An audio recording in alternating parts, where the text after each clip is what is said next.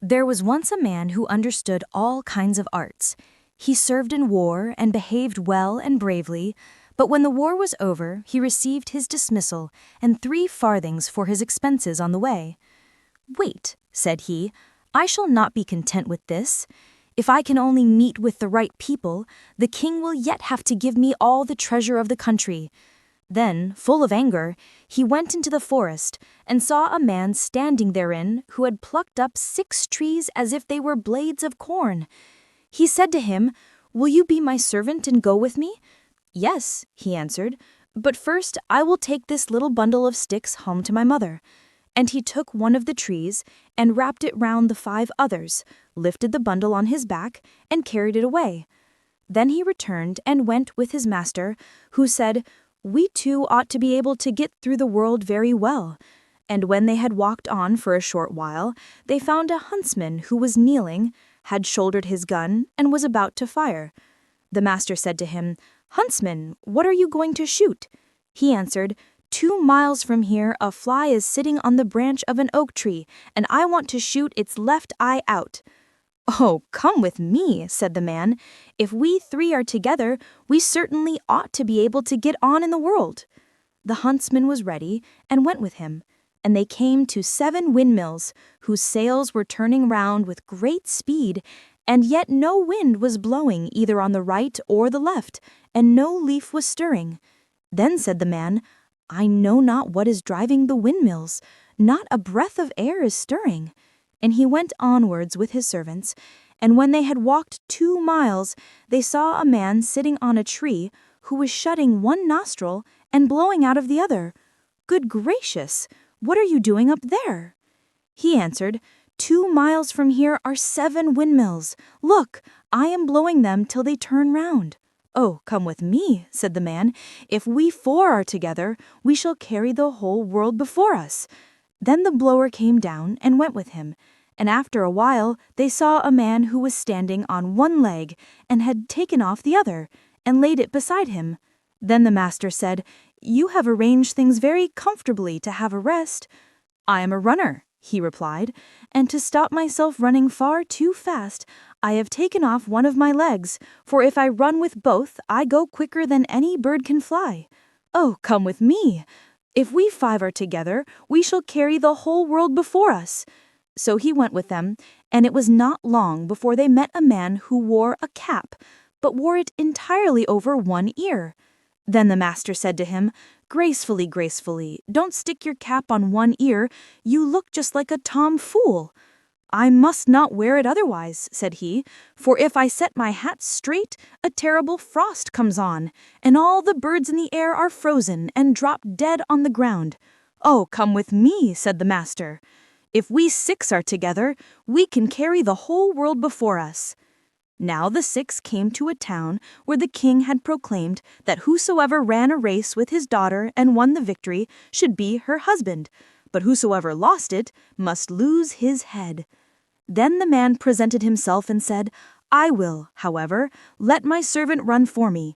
The king replied, "Then his life also must be staked, so that his head and yours are both set on the victory."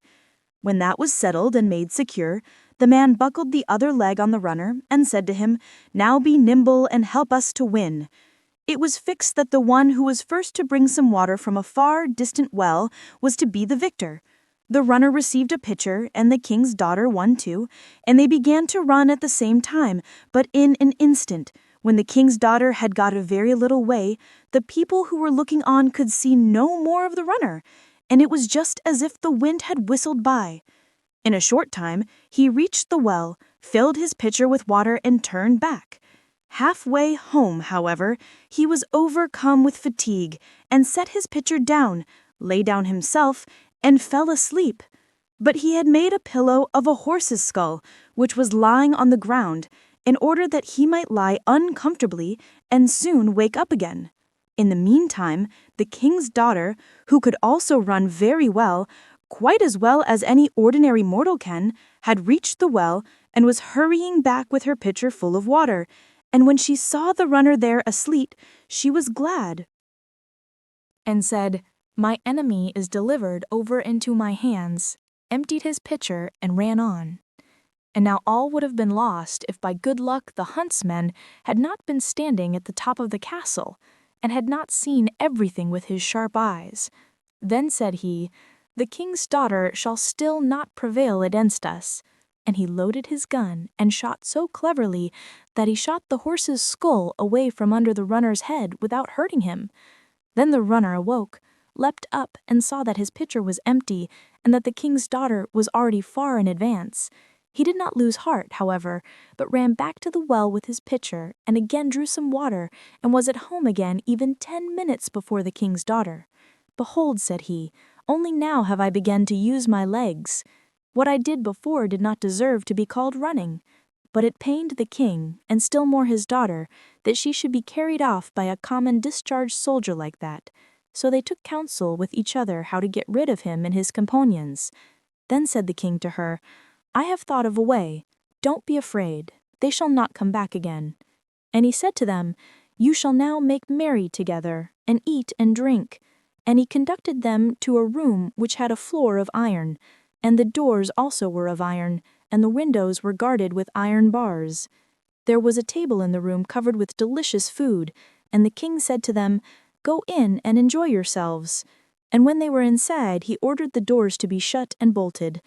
Then he sent for the cook, and commanded him to make a fire under the room until the iron became red hot. This the cook did, and the 6 who were sitting at table began to feel quite warm, and they thought the heat was caused by the food. But as it became still greater, and they wanted to get out, and found that the doors and windows were bolted, they became aware that the king must have an evil intention, and wanted to suffocate them. "He shall not succeed, however," said the one with the cap. "I will cause a frost to come, before which the fire shall be ashamed and creep away." Then he put his cap on straight, and immediately there came such a frost that all heat disappeared, and the food on the dishes began to freeze. When an hour or 2 had passed by, and the king believed that they had perished in the heat, he had the doors opened to behold them himself. But when the doors were opened, all 6 were standing there, alive and well, and said that they should very much like to get out to warm themselves, for the very food was fast frozen to the dishes with the cold. Then, full of anger, the king went down to the cook, scolded him, and asked why he had not done what he had been ordered to do. But the cook replied, "There is heat enough there, just look yourself." Then the king saw that a fierce fire was burning under the iron room, and perceived that there was no getting the better of the 6 in this way. Again the king considered how to get rid of his unpleasant guests, and caused their chief to be brought, and said, "If you will take gold and renounce my daughter, you shall have as much as you will." "Oh yes, Lord King," he answered, "give me as much as my servant can carry, and I will not ask for your daughter." On this the king was satisfied, and the other continued, "In 14 days I will come and fetch it." Thereupon he summoned together all the tailors in the whole kingdom, and they were to sit for 14 days and sew a sack. And when it was ready, the strong one who could tear up trees had to take it on his back and go with it to the king. Then said the king, "Who can that strong fellow be who is carrying a bundle of linen on his back that is as big as a house?" And he was alarmed and said, "What a lot of gold he can carry away." Then he commanded a ton of gold to be brought, which took 16 of his strongest men to carry. But the strong one snatched it up in one hand, put it in his sack, and said, "Why don't you bring more at the same time? That hardly covers the bottom." Then little by little the king caused all his treasure to be brought thither, and the strong one pushed it into the sack, and still the sack was not half full with it. "Bring more," cried he, "these few crumbs don't fill it." Then 7,000 carts with gold had to be gathered together in the whole kingdom, and the strong one thrust them, and the oxen harnessed to them, into his sack. "I will examine it no longer," said he, "but will just take what comes, so long as the sack is but full." When all that was inside, there was still room for a great deal more. Then he said, "I will just make an end of the thing. People do sometimes tie up a sack, even when it is not full." So he took it on his back and went away with his comrades. When the king now saw how one single man was carrying away the entire wealth of the country, He became enraged and bade his horsemen mount and pursue the 6, and ordered them to take the sack away from the strong one. 2 regiments speedily overtook the 6 and called out, "You are prisoners! Put down the sack with the gold, or you will be cut to pieces." "What say you," cried the blower, "that we are prisoners? Rather than that should happen, all of you shall dance about in the air." And he closed one nostril, and with the other blew on the 2 regiments. Then they were driven away from each other and carried into the blue sky over all the mountains, one here, the other there. One sergeant cried for mercy. He had 9 wounds and was a brave fellow who did not deserve ill treatment. The blower stopped a little, so that he came down without injury, and then the blower said to him, "Now go home to your king, and tell him he had better send some more horsemen, and I will blow them all into the air." When the king was informed of this, he said, "Let the rascals go. There is magic in them." Then the 6 conveyed the riches home, divided it amongst them, and lived in content until their death.